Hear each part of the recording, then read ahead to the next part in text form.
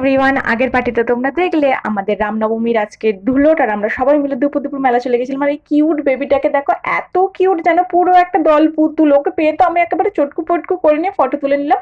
দেন চলে গেলাম মেলার দোকানগুলো ঘুরতে। আর এই পুচকুটাকে দেখো, ওকে দেখে দেখে না আমরাও ছেলেবেলাটা যেন ফিরে পেলাম। দেন চলে গেলাম আইসক্রিম খেতে। এক একজন এক একটা করে জিনিস খাওয়াচ্ছে, মাসিমণি আইসক্রিম, মামি খাওয়ালো লিচু ড্রিঙ্কস, এরকম করতে করতে কেটে গেল। আর এই দোলনাগুলো দেখে যে আমার এতটাই মন খারাপ হয় যে আমি চলতে পারি না।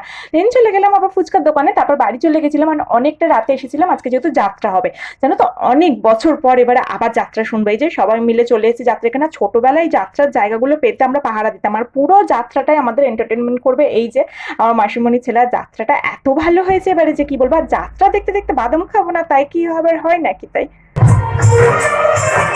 আর দেখতে দেখতে কি খুঁজে পেয়েছি, এই দেখো, জুতো পায়ে থাকুক না থাকুক হাত ছাড়া করবো না। দেন যাত্রা শেষে আবার হলে চলো আজকের মতো আসি।